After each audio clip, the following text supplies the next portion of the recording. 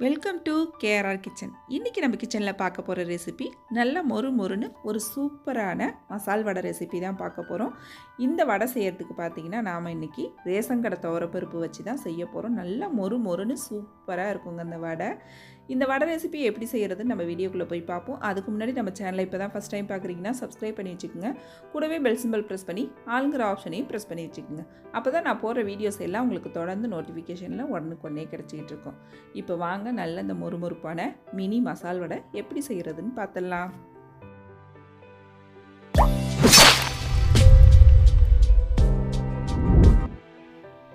இன்றைக்கி வடை செய்கிறதுக்கு ஒரு கப் அளவுக்கு நான் துவரம்பருப்பு எடுத்திருக்கேன். இது ரேஷன் கடையில் வாங்கின துவரம்பருப்பு தான். இந்த துவரம்பருப்பு தான் சேர்க்கணும்னு கிடையாதுங்க. உங்கள்கிட்ட எந்த துவரம்பருப்பு இருக்கோ அதை சேர்த்து செய்யலாம். அப்படி இல்லைனா பட்டாணி பருப்பு இருந்தால் கூட அதுலேயும் செய்யலாம். இன்னும் நல்லா கிறிஸ்பியாக மொறுமொறுன்னு இருக்கும். ஒரு கப்பு துவரம்பருப்புக்கு ஒரு கப்பு கடலைப்பருப்பு சேர்த்துக்குங்க. இப்போ நல்லா இதை ஒரு 2-3 தடவை கழுவிட்டு அதுக்கப்புறம் ஒரு 2 மணி நேரம் ஊற வச்சுக்கோங்க. தண்ணி ஊற்றி நல்லா பருப்பு ஊறி வரட்டும். இது நல்லா ஒரு 2 மணி நேரத்துக்கு ஊறட்டும். அதுக்கப்புறம் வடை எப்படி செய்கிறதுன்னு பார்ப்போம். இப்போ பாருங்கள், பருப்பு நல்லா ஒரு 2 மணி நேரம் கிட்ட ஊறிட்டு இருக்கு. நல்லாவே ஊறி வந்துருச்சு. இப்போ நம்ம அரைக்க ஆரம்பிச்சிடலாம். இதில் தண்ணிலாம் இல்லாமல் நல்லா வடித்து எடுத்துக்குவோம். அதுக்கப்புறம் ஒரு மிக்ஸி ஜார் எடுத்துக்கோங்க. நான் இன்றைக்கி காரத்துக்கு ஒரு 6 வரமிளகாய் சேர்த்துருக்கேன். உங்கள் காரத்துக்கு தகுந்த அளவு நீங்கள் சேர்த்துக்குங்க. அதே போல் ஒரு 10-12 பூண்டு பல், நல்லா அந்த மேத்தோல் இருக்கணும். மேலே அந்த முனையும் பால் பகுதி மட்டும் நறுக்கிட்டு சேர்த்துக்குங்க தோலோடையே. இதிலே 1 டீஸ்பூன் சோம்பு சேர்த்து இது போல் குறப்பாக ஃபஸ்ட்டு அரைச்சிக்குங்க. அரைச்சிட்டு அதுக்கப்புறம் நம்ம ஊற வச்சுருக்க பருப்பை தண்ணிலாம் வடிச்சிட்டு சேர்த்து குறப்பாக அரைச்சிக்கணும். அந்த பருப்பு ஒன்றும் பாதியமாக அங்கங்கே இருக்கணும், 1-2மா. அப்போ தான் அந்த வடை நல்லா சாப்பிட்றப்ப மொறுன்னு சூப்பராக இருக்கும். இதே போல் எல்லாத்தையும் போட்டு அரைச்சி எடுத்துக்கிறேன். இப்போ இந்த வடைக்கு தேவையான அளவு உப்பு சேர்த்துக்குவோம். அப்புறம் ஒரு பெரிய வெங்காயம் நல்லா பொடுசாக நறுக்குனது சேர்த்துக்குங்க.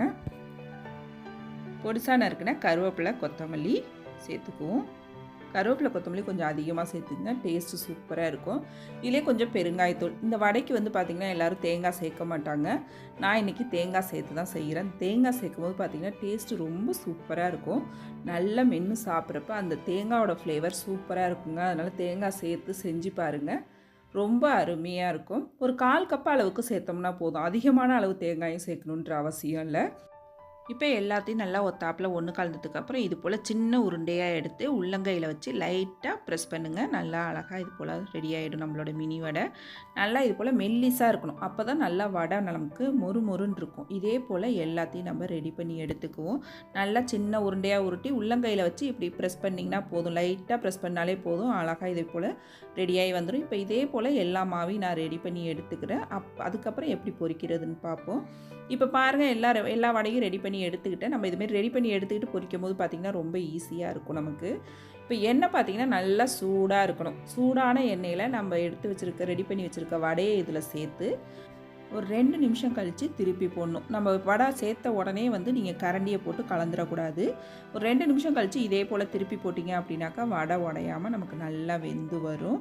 இன்னொன்று பார்த்திங்கன்னா, அடுப்பை மீடியம் ஃப்ளேமில் வச்சு இந்த வடையை வேக வச்சு எடுக்கணும். அப்போ தான் வடை நல்லா மொறுன்னு வெந்து உள்ளேயும் நல்லா மொறுப்பாக இருக்கும், வெளியிலையும் மொறுப்பாக இருக்கும் வடை. அதனால் அடுப்பை கம்மியான தீயில் வச்சு நல்லா வேக வச்சு எடுத்திங்கன்னா நம்மளோட வடை மொறுன்னு ரொம்ப சூப்பராக ரெடி ஆகிடுங்க. டேஸ்ட்டு ரொம்ப அருமையாக இருக்கும். இதுக்கு சைடிஷ்லாம் எதுவுமே தேவைப்படாது. அப்படியே சாப்பிட்லாம். நல்லா மொறுன்னு ரொம்ப அருமையாக இருக்கும். இதே போல் நான் மித்த வடைகள் எல்லாத்தையும் நான் பொரித்து எடுத்துக்கிறேன். இப்போ பாருங்கள், நம்ம வடைகள் எல்லாம் ரெடி ஆகிடுச்சு. ரொம்ப அருமையாக வந்திருக்குங்க. இது நம்ம சின்னதாக செய்கிறதுனால பார்த்திங்கன்னா ரொம்ப கிறிஸ்பியாக இருக்கும் சாப்பிட்றதுக்கு மொறுன்னு. நீங்களும் இந்த வடை ரெசிப்பியை ட்ரை பண்ணி பாருங்கள். ட்ரை பண்ணி பார்த்துட்டு எப்படி இருக்குன்னு எனக்கு கமெண்ட் பண்ணுங்கள். என்னோட இந்த ரெசிபி பிடிச்சிருந்துன்னா லைக் பண்ணுங்கள், ஷேர் பண்ணுங்கள். மறக்காமல் கேஆர்ஆர் கிச்சனை சப்ஸ்கிரைப் பண்ணி வச்சுக்கோங்க. நாளைக்கு வேறொரு ரெசிபியோடு சந்திப்போம். தேங்க்ஸ் ஃபார் வாட்சிங்.